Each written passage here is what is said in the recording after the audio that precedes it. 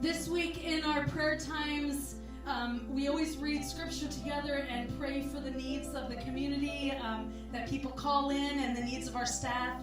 And Rob Kenny brought the scripture that day and we read it together. And it just hit me so strongly because it was Revelation chapter 19. And you know, for 400 years, the Israelites waited for a Messiah to come, right? Like God was silent. The prophets stopped speaking. For 400 years it was silent and they waited.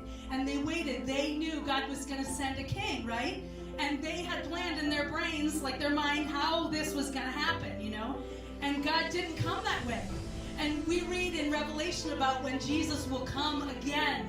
And we look forward to that day. And they probably were waiting for something like this in Revelation chapter 19. Now I saw heaven open, and behold, a white horse, and he sat on him and was called Faithful and True. And in righteousness he judges and makes wars. His eyes were like a flame of fire, and on his head were many crowns. And he had a name written on them that no one knew except himself. And it goes on to say, and he had on his robe and on his thigh a name written, King of Kings and Lord of Lords. That's what they expected, because after all, God had already performed miracles that were amazing. And they saw God do like clouds of pillar of fire by day and or by night, and cloud during the day.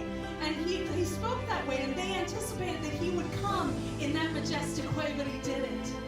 He didn't. It said that he came, and we were to call his name Emmanuel, God with us. God, who spoke the worlds into being, became the Word in the flesh. And we beheld his glory. He came for you and for me. He didn't come the way we anticipated him, but he came. And he will come again for us. He will come again.